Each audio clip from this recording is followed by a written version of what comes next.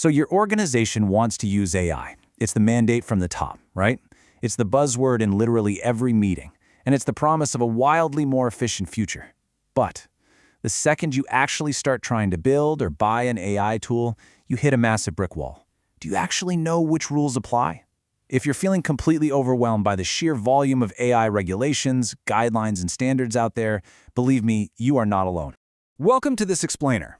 Today, we're going on a bit of a hero's journey to simplify the entire AI project lifecycle. We're going to take a super practical look at the UK government's AI rules and translate them into a clear, usable roadmap for your organization. My goal here is to equip you with a direct, structured understanding of exactly what you need to do and exactly when you need to do it to use AI safely, legally, and responsibly.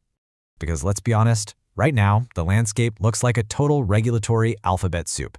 We've got the Information Commissioner's Office, the Department for Science, Innovation and Tech, the Crown Commercial Service, UK GDPR, the Algorithmic Transparency Recording Standard, the Equality Act. I mean, you almost needed a dedicated AI just to memorize the acronyms. There are so many different bodies and so many different rules. But the biggest challenge isn't just knowing they exist, it's understanding how it all actually fits together and how to apply these rules in real life within your organization. And that is exactly what we're going to untangle today. To do that, we've got a clear map for this explainer. We'll cover navigating the AI maze, setting your ethical foundation, buying AI the right way, protecting data and privacy, and ensuring meaningful human control. Okay, let's jump right in with navigating the AI maze. What exactly are we governing? First things first, let's establish exactly what kind of technology falls under these rules. To make sure we have a shared baseline, we're looking at the definition adopted by the OECD and the UK government. An AI system is a machine-based system that infers from the input it receives how to generate outputs, things like predictions, content, recommendations, or decisions that can influence physical or virtual environments. The absolutely crucial word here is infers. These systems aren't just following hard-coded linear rules like a standard desktop calculator. They are adaptable, like a chatbot figuring out how to answer a brand new question it's literally never seen before. And they are autonomous. That adaptability and autonomy are exactly why your traditional IT rules just aren't going to cut it, and why we need this specific AI guidance. Moving right along to setting your ethical foundation. This is stage 1, planning and accountability. Establishing accountability from day one is everything. Before a single line of code is written or a single software license is bought, you need an ethical foundation. The UK government's AI Playbook outlines these core principles that basically act as your North Star. You have to know what AI is and its limitations. Remember, AI doesn't actually have reasoning or contextual awareness. You have to use it lawfully, ethically, and responsibly. You need to know how to use it securely, ensure meaningful human control, and ultimately, choose the right tool for the job. And hey, sometimes the right tool isn't AI at all. These principles are going to guide you throughout the entire project lifecycle. But you know, principles are really just nice ideas on a piece of paper, without actual people to enforce them. Think about it. If your new AI screening tool accidentally discriminates against a job applicant, whose phone actually rings? You need a practical chain of human responsibility. Step 1. Nominate a Senior Responsible Owner, or SRO.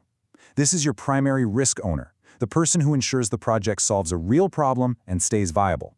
Step 2. Assign a Data Owner. They're on the hook for the quality and access controls of the data you're using. And Step 3. Consult your Data Protection Officer, your DPO, incredibly early on to make sure they have the tools and the authority to govern the project. This is exactly how you translate the abstract concept of ethics into real-world operational accountability. All right, foundation set, now for buying AI the right way, which brings us to stage 2, procuring and building. Now we hit a major organizational fork in the road. How do we actually get our hands on this technology safely? Well, the rules change pretty significantly depending on whether you're sourcing your AI from a third-party vendor or building it yourself. If you're building it internally, your dev teams must comply with Secure by Design principles and the Technology Code of Practice. You have to make sure the architecture is fundamentally resilient to cyber attacks from the ground up. But if you're buying AI, which, let's face it, is what most organizations are going to be doing, you've got to use the guidelines for AI procurement. You must get your commercial colleagues involved from day one to ensure those ethical expectations we just talked about are actually hardwired into the contracts with your suppliers. And thankfully, you really don't have to figure this out alone. The Crown Commercial Service, or CCS, acts as your commercial guardrail. Think of it as a pre-approved fast lane for buying tech. They provide specialized frameworks and dynamic purchasing systems built specifically to help the public sector procure AI safely. By using these established routes to market, you are leveraging contracts that already have a ton of those necessary transparency and security requirements baked right in. It massively simplifies the buying process while keeping you completely compliant. Next up, protecting data and privacy. Let's do a Stage 3 data rights deep dive. So the elephant in the room is that AI relies on massive amounts of data, which drops us squarely into the domain of the ICO and the UK GDPR. And what I love about this is how beautifully it illustrates the way abstract AI fears are handled in real life, mapping them directly to specific legal mitigations. People freak out about biased training data causing discrimination, right? Well, in the real world, you mitigate that by complying with the Equality Act and the public sector equality duty. People worry about AI models degrading and getting less accurate over time. That's called model drift. You handle that by keeping an AI system's inventory and doing continuous monitoring. People worry about privacy intrusion. You tackle that head-on with a data protection impact assessment. This is exactly how all these different rules actually fit together to solve highly technical risks. UK data protection law applies no matter what fancy new tech you're using. The ICO demands an approach called data protection by design. This means core UK GDPR principles, things like lawfulness, transparency, fairness, and data minimization, they have to be baked into your AI product from the very start. They cannot be bolted on as an afterthought right before launch. You have to ensure you aren't just hoarding massive piles of personal data unjustifiably, and that the AI isn't using personal data in ways that are unexpectedly harmful to individuals. And your primary weapon to guarantee this? The Data Protection Impact Assessment, or DPIA. This isn't just a nice to have, it is an absolutely mandatory essential step for AI systems processing personal data. You use the DPIA to actively hunt down the risks to people's rights and freedoms. And listen, here is a very hard, non-negotiable rule. If your DPIA shows that the privacy risks remain high even after you've tried your best to mitigate them, you must consult the ICO before you start processing any personal data. They are the ultimate gatekeeper for high-risk data processing. No exceptions. All right, ensuring meaningful human control. We've made it to Stage 4, deployment. Let's assume we've passed all those hurdles. Our system is finally ready to go live. But the rules absolutely do not stop once you flip the switch. You have to ensure meaningful human control. Article 22 of the UK GDPR strictly forbids using solely automated decision-making for anything that has a significant or legal effect on a person, like an AI deciding who gets a mortgage or whose resume gets thrown in the trash. You need a human in the loop, but it's not enough to just have a human mindlessly hit approve like a rubber stamp. That human reviewer has to be engaged, critical, and totally empowered to challenge the system's outputs. Plus, you need to provide a clear process for everyday users to contest an AI decision and keep a meticulous log of all human corrections so you can go back and retrain the model. Finally, we arrive at the ultimate transparency tool, the Algorithmic Transparency Recording Standard, or ATRS.